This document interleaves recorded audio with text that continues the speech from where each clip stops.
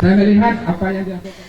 Dengan bertepatannya Hari Kesiapsiagaan Bencana, Badan Penanggulangan Bencana Daerah Sumsel melaksanakan apel sekaligus simulasi penanganan korban ketika terjadi bencana. Kegiatan ini juga serentak dilaksanakan di seluruh Indonesia di masing-masing BPBD provinsi, kabupaten, kota, hingga tingkat pusat. Simulasi antara lain melaksanakan patroli kendaraan bermotor, pemadaman menggunakan mobil tangki, pendirian tenda pengungsi. Selain itu juga simulasi evakuasi korban jiwa oleh tim kesehatan dari UPTB, TC, dan PK termasuk dapur umum.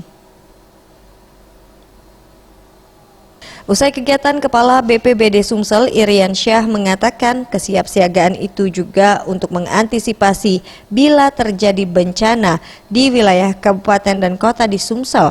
Apalagi Sumatera Selatan rawan bencana baik banjir maupun kebakaran hutan dan lahan serta longsor. Dengan diadakannya simulasi diharapkan seluruh Satgas BPBD lebih terampil dan cepat dalam melakukan kesiapsiagaan bencana bila terjadi secara tiba-tiba. Hal ini karena bencana tidak dapat diprediksi sehingga harus selalu siaga. Dalam rangka Hari Kesiapsiagaan Bencana, maka seluruh Indonesia melakukan simulasi kemudian penanganan korban ketika terjadi bencana. Nah, bencana yang kita ambil di sini adalah bencana kebakaran hutan dan lahan. Ketika terjadi kebakaran hutan dan lahan, banyak sekali lahan terbakar. Nah, dampak daripada asap kebakaran hutan dan lahan adalah korbannya manusia.